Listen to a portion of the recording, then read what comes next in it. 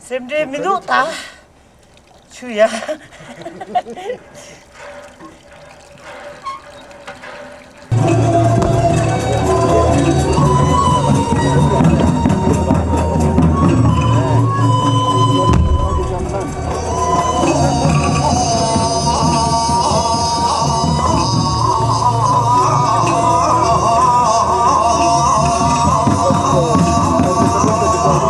Which we have in Himalayas. And during the course, I just realized that geothermals are basically God gifts. Geothermal sites are God's gift to the people living in extreme conditions in the world.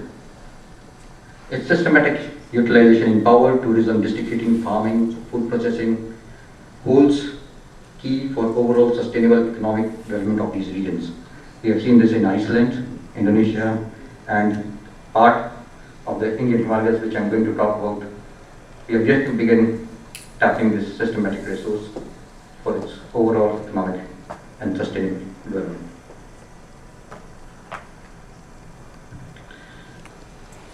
The geothermal sites in Indian Himalayas are basically located in these regions in central and higher Himalayas, where we have, this is basically the Indus Sangko-Sutia zone, the point where India collided with China.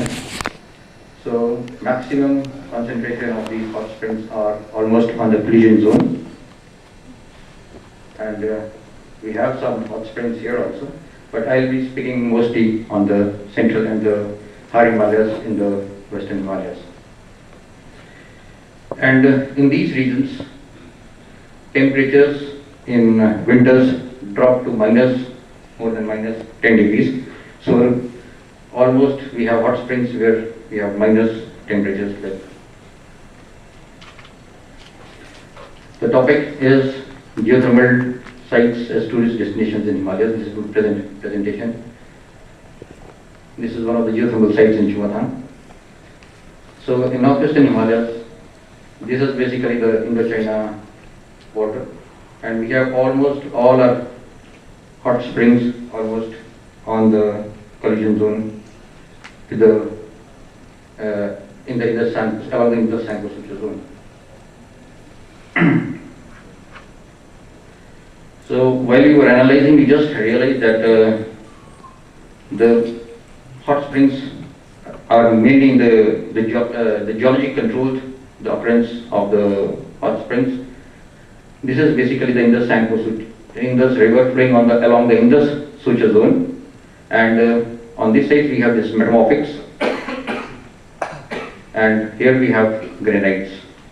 So on the confluence of these two, say on this side we have this small town known as Chumatang, and this is how it is developed along the hot springs. So this is contact, and we have these metamorphic rocks here, and this is the hot area. So this is what might have happened in the past, and still a lot of heating going on, and heating all these basins along the Indus Sucha zone. That is what we believe, So along this, we have a lot of heat still coming up and hitting these sources. Now, hot springs, about estimated empty surveys conducted in these areas. These are again protected areas because a lot of tourists comes, not much development, so they put some polythene and all. So the government did not find anything of developing it, but just protected these hot springs by putting some fences. So estimated surveys show that at anticipated temperatures at 2 to 3 kilometers is about 230 degrees more than that. But on surface temperatures, we find that it is about 70 degrees to less than 100 degrees.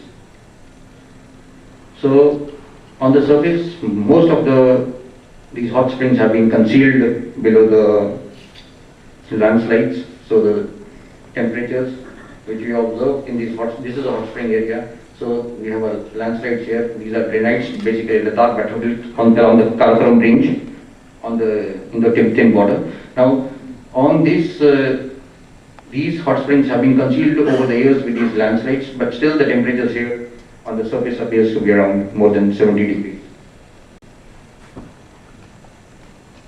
So traditional utilization of these hot springs have been done by these Tibetans and the Ladakhi people in Indian Himalayas, mainly in bathing and medical treatment. Now this is one of the hot springs in Assam. So we have some hot spring here coming up from this pipe, but almost we have these religious ceremonies associated with these hot springs now, and people come here for religious bathing as well as for daily bathing, and no infrastructure facilities in this hot spring. So just a hot spring occurs here, some small pool is made, and then some bathing takes place. Now this is very interesting. Now this is a site almost on the Tibetan border with the Indo-Tibetan border now China. So people, the gases are coming out from the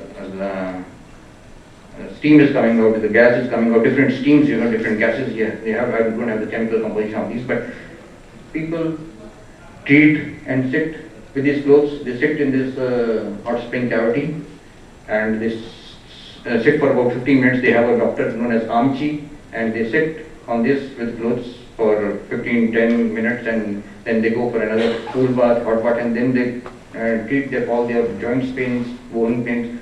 So it has been going on for centuries, but due to negligence now borders have been constructed. There is no more a free border, so this science is also dying a natural death.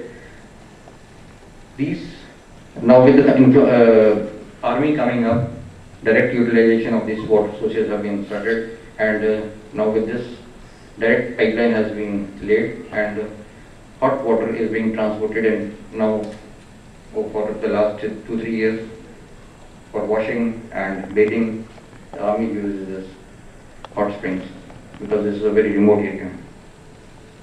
Now this is again the place where Indus River, this is the border between, this river actually marks the boundary between India and China. This is a place known as Demchok. So when there is a mutual understanding between India and Chinese army, whenever Indian players, they want to take a bath, the Chinese won't come, and when Chinese come, the Indians won't come. So it is an open border here, but they both are using the same hot springs basically. Now, policies of the government, you see, over the years, there is no geothermal policy in our country at present. No research institute dedicated to geothermal studies. Geothermal sites lack basic infrastructure for bathing also, for anything other purpose, Now these hot springs, we have some religious festival associated with it, and then only the people will come, otherwise it's almost a neglected source. Traditional medicinal therapies, algae associated with the hot springs, this is dying a unnatural death. We had drilled, experimental drilling was carried out at Uga and Marikan for geothermal power development in 1980s, but I don't know, since then nothing has been done for their development also. So this shows one of the sites at Chumatan again. This is the hot water coming out. We don't have any bath facilities for women, children, so it's an open area. No proper, this is how the area looks like, but beautiful. I must say anybody who visited this place would see that. Otherwise, this is just like a heaven for a geologist or a tourist, with almost average heights above more than 3,500 meters of the mean sea level. So now this is one of the religious festivals in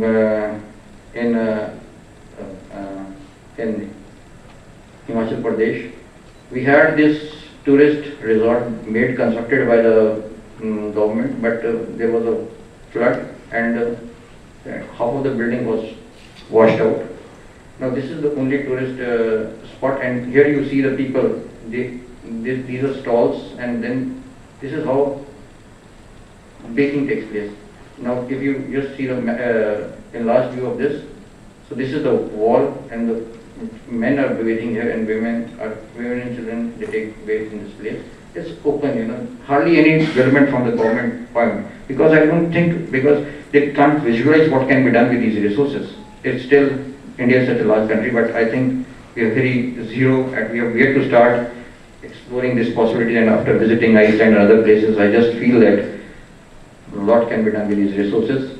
And now we have some dam constructed coming up here, and all these resources will be drowned in near future. We won't find this in another two years time. So present paper highlights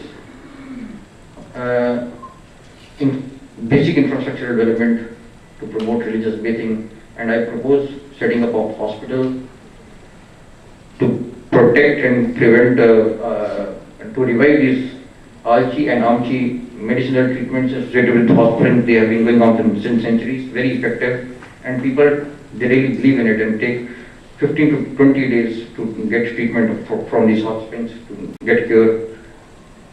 Then geotourism, opening of swimming pools, spas, water sports related activities, district heating, power generation, farming, food processing, and a number of possibilities can be worked out. And I plan geothermal cities, based on the geothermal, exclusively on geothermal energy resources, using nothing else other than everything based on the geothermal. Now, need of the hour, again the same thing, that we need basic infrastructure, direct uses. Geothermal power development is 100% required in these areas, because most, like my Russian presenter said, it is cut off for 9 months, but this area is cut from the rest of the world for more than 6 months in a year, and all transportation for energy purposes has to be done by transporting diesel from New Delhi or otherwise, and it has to stop for 6 months, and then we use energy only for 7 p.m. to 10 p.m. So it's about 3 hours power generation in that area for the whole day, and that has to be stopped so that the power requirement is met. So if geothermal energy is developed in that area, the potential is more than 200 megawatts. So electricity, a lot of money can be saved on electricity. We don't require any electricity stocking for electricity, meeting the electricity. Hydel power projects, government has spent a lot of money on hydel power projects. But the problem with this, the water freezes in winters and silting makes it unoperational in summers. Geothermal could provide definitely a green and clean energy and make people self-sufficient. This can make people self-sufficient in power and make food products, besides giving indirect employment to locals in the vicinity. So geothermal holds the key for actually changing the entire socio-economic conditions of the people also. Now, long-term implications is, again, we need a strong geothermal policy, educate policymakers, because I think policymakers are not educated. They just can't think what can be done with it. They are not geologists, neither they have any knowledge about geothermal resources. But luckily now our energy minister is visiting Iceland, and we hope in near future when he visits Iceland and then sees what can be done with various resources in the Himalaya, because he belongs actually to this same place where I'm making this presentation from. So we anticipate a lot of new activities, a lot of tourism to be promoted. We have about more than about 1 lakh people visiting every year to this place, but nobody stops there for geothermal tourism because they don't have any infrastructure facilities, no place for bath. So maybe and we need a geothermal research institute badly in the Himalayas, just not to promote tourism, not study geothermal, but geotectonics related with the activities from the chemical compositions. We can anticipate a lot of changes taking place in this Indo-Sahara zone. So we need, we are recommending this, and we are strongly working for setting up of this institute in the Himalayan region. So this is Puga hot spring. This is basically a geyser very near to the Indo-China border again. known reservoirs, known reserves about more than 200 megawatts, surface temperatures more than 90 degrees, discharge more than, from one spring it is about more than 30-40 LPS. And depth of these reservoirs anticipated by MD service conducted is about 2 to 3 kilometers, and expected temperatures is more than. So we have the potential. It is not that, and the main thing is, here we don't have, the tariff rates of electricity are very high. So, and army is the main consumer besides the locals. So it can be done, and you will be surprised if you go to Ladakh. Then this is not on the tourist map also, but it's a wonderful site.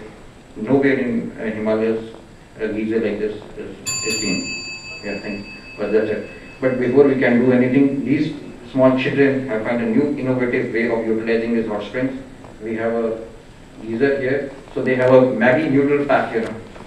Buy from the, they don't go to the house, just heat it here and they're just eating it. This is the direct utilization, innovation done by the children, and we are still thinking as a government. Thank you.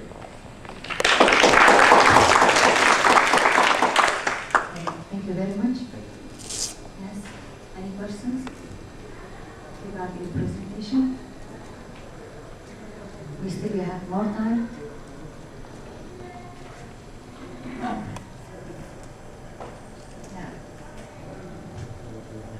Arya, it was a very interesting presentation. I would like to ask some questions, particularly on the Archi and Amchi.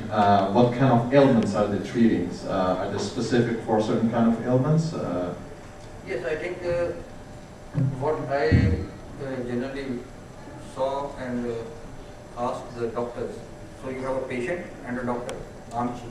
They call it Amchi, and the treatment is the patient. So the doctor, actually they have in the same valley, they go, they have some tents, they don't have any infrastructure facility, so they did tents, they sit there for about a month, and they have different temperatures, of the hot springs.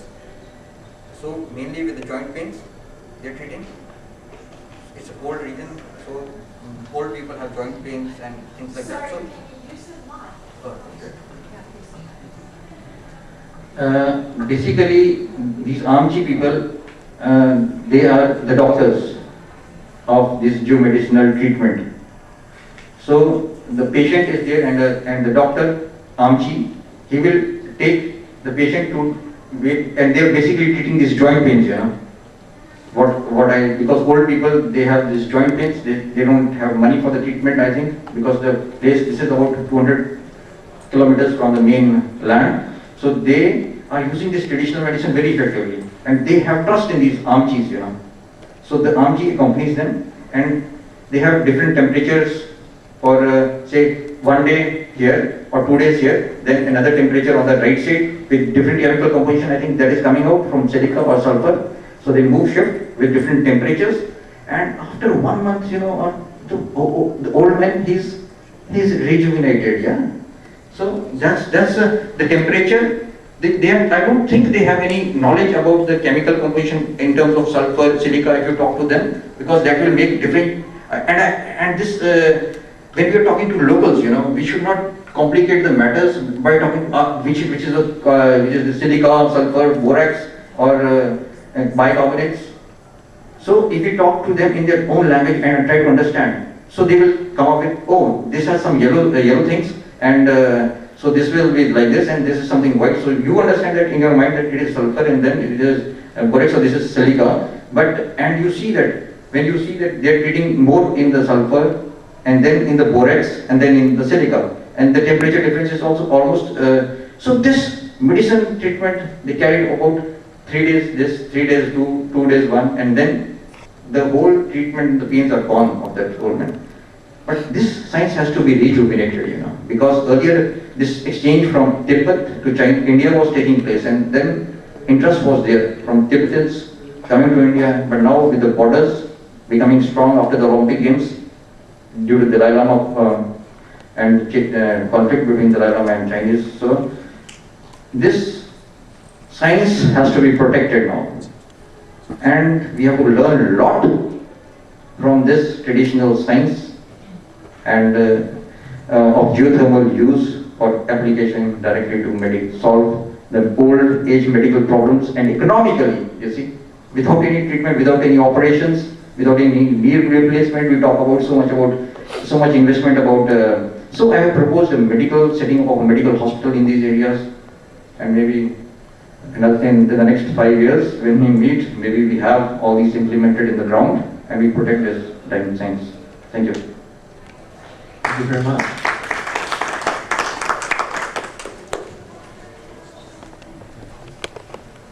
With the end of the presentation by Dr. Arya Ritesh, this ends our session on health, tourism, and balneology. I would like to thank you for your participation and interest on the subject matters.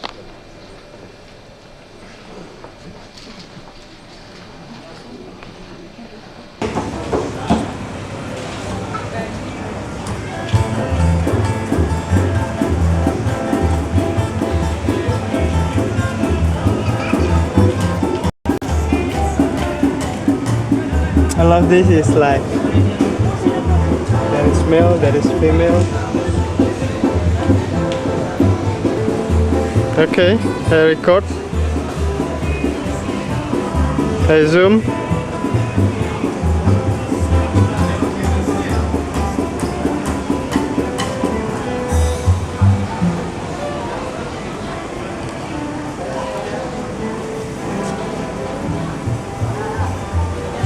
Oysters are also live. That's mussel is live. Okay. You pick it up? Yeah, of course. The mussel is live. Ada yang hidup nggak? Ada yang julur nggak? These are oysters? Oyster? This is mollusks. Mussel.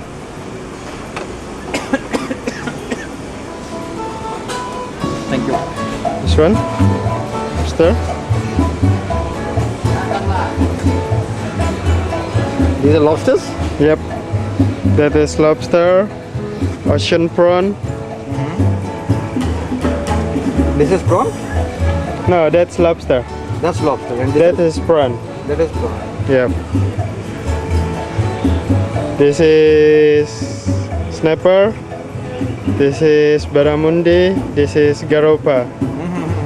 And then remember, Prada priority. Prada, huh? Yeah. Okay. Prada. Down इसकी जल्दी x ray मुझे तुम्हारी भी तो दोनों की एक photo खींचनी है। मैं बता दूंगी कि क्या क्या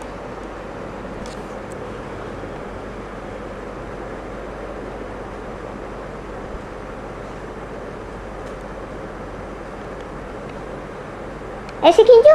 नहीं यार प्लीज जल्दी। अच्छा ठीक है डॉगी को ठीक करो दीदी दिया के हाँ थोड़ा सा नीचे करो दिया के डॉगी को हाँ स्माइल